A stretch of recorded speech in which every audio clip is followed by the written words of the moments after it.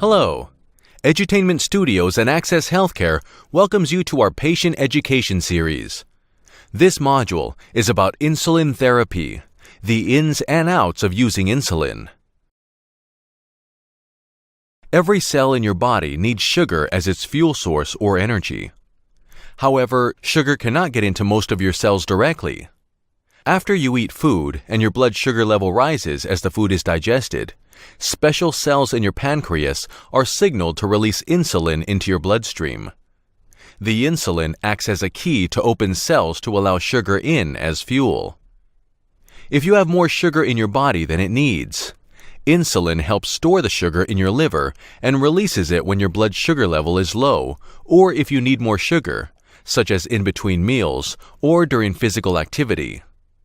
Therefore, insulin helps balance out blood sugar levels and keeps them in a normal range. In this course, the objectives are to help you understand the basic information on insulin, understand how to test your blood sugar, recognize the symptoms of high and low blood sugar. When you eat, food is broken down into sugar called glucose. The glucose then enters your bloodstream to be transported to all the cells in your body. Your body needs insulin to move the sugar from your blood into your cells where it can be used for energy. Insulin is a hormone made in the pancreas. It acts as a key and unlocks cells by attaching to them so that they open and let sugar inside. Without the right amount of insulin in your system, sugar stays in your blood and causes damage. Chronic high blood sugar leads to disease called diabetes. There are two types of diabetes, type 1 and type 2. In type 1 diabetes, your body does not make insulin at all.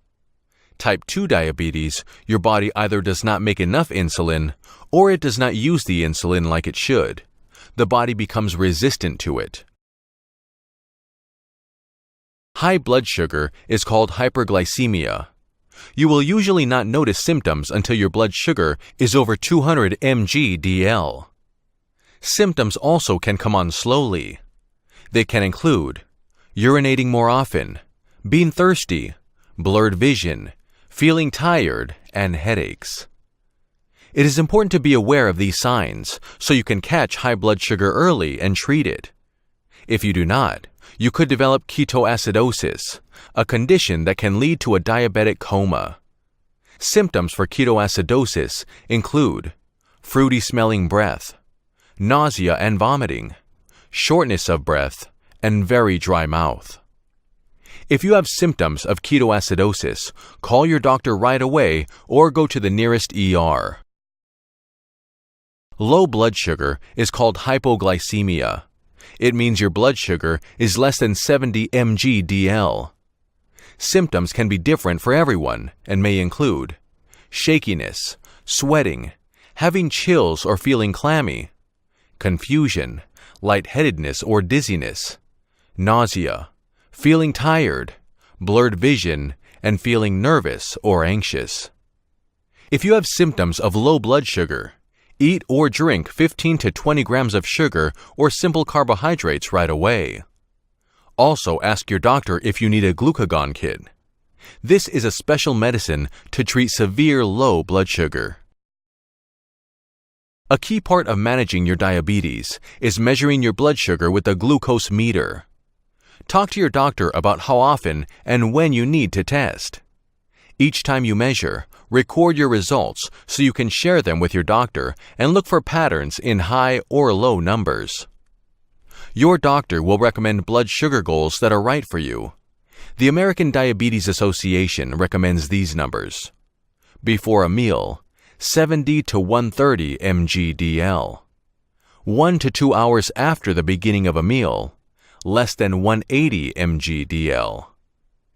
In addition to testing your blood sugar at home, your doctor will also recommend A1C test 2 to 4 times a year.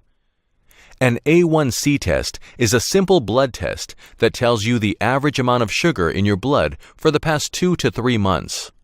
This test can help your doctor know how well your current diabetes treatment plan is working.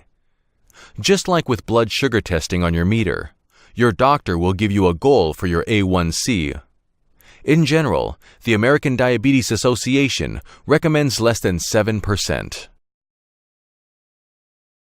Please feel free to investigate these other sites for more information, and remember to bring any concerns or questions in to discuss with your doctor. Thank you for joining us today for Part 1 of this 4-part series on insulin therapy, and come back for Part 2.